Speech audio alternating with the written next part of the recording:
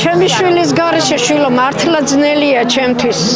სახლში ყოფნა ის ერთი შვილი მყავს გარდაცვლილი ამ ამბებზე რომელიც ამ საქართველოს დამოუკიდებლობას და თავისუფლებას შეეწირა რომელსაც ქართული ეროვნული დრო შეეჭირა და მიტინგზე წინ მიდიოდა მომიკლეს სნაიპერის ტყვიით ეს მეორე წესია დაკავებული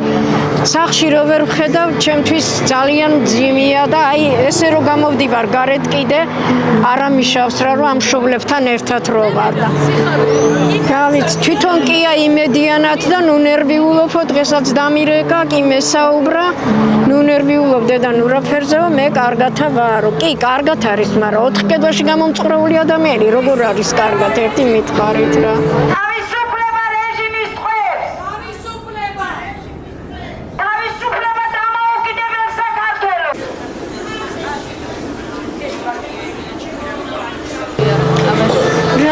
ყოველდღიურობა უიმისოთ მართლა ძნელია შვილო. აბა ის რო სახში იყო და ტრიალებდა და შემოვიდოდა ხან პერერივისთვის რო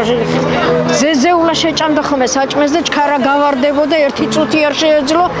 მოძრაობისა და იმის გარეშე და აი მაგითი უფრო მეწოდება რომ გამოკეტილი რო არის ეხლა რის გულისთვის სამშობლოს სიყვარულისთვის ისჯებიან ერთიც დამისაჯეს მაგის გულისთვის და იმისნაირად ამას ღმერთმა ჯვარი დასწეროს მაგრამ ესეც ისჯება სამშობლოს სიყვარულის გულისთვის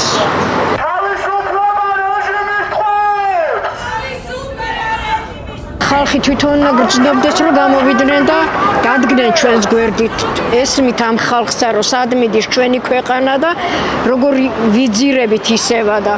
რისთვის მოხდა ჩვენ ქვეყანაში 9 აპრილი რისთვის მოხდა იმის შემდეგ ზვიადის დამხობა და განადგურება და იმის შემდეგ მოყოლებული თუ ეხლა ეს საქართველო მარტო ჩვენი შვილებისა არ არის ეს საქართველო ყველასია და კი უნდა გამოვიდნენ ყველანი მაგრამ ზოგი იმისთან აგრესიულად არის რომ გამოსვლა კი არა რა ვიცი